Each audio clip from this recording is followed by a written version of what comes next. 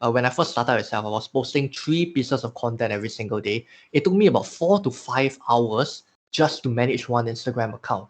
And that's like 4 to 5 hours every day for 6 months straight. Right? And I posted 3 content a day. If you do your math right, that's about 540 pieces of content I produced in 6 months.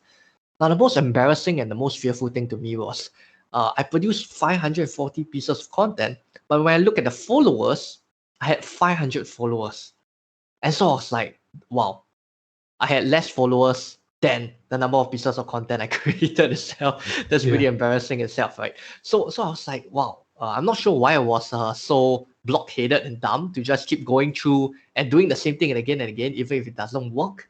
So I'll say one thing, the number one thing it is for people on social media is to understand that content, the quantity of content is not everything, right? It's not about the quantity, but it's more about the quality nowadays. Now, I know a lot of people would like to argue that, you just have to keep producing content until you become good at it. Yes, I do agree with that, quality comes after quantity. But you have to understand that if you are just constantly whacking out into the market right now, especially since COVID hit, you've probably seen people, your friends or people that you know who were previously not very active on social media, but then now somehow they came out onto the platform itself, and then now they start posting after like how many years that they haven't posted.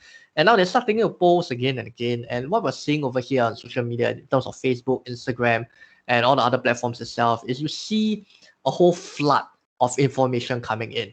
And are all this information really good or are they mediocre? Right? Most of the time we look at other people's content and go like, not really great content itself. And so the biggest problem is when everyone is posting a ton of content.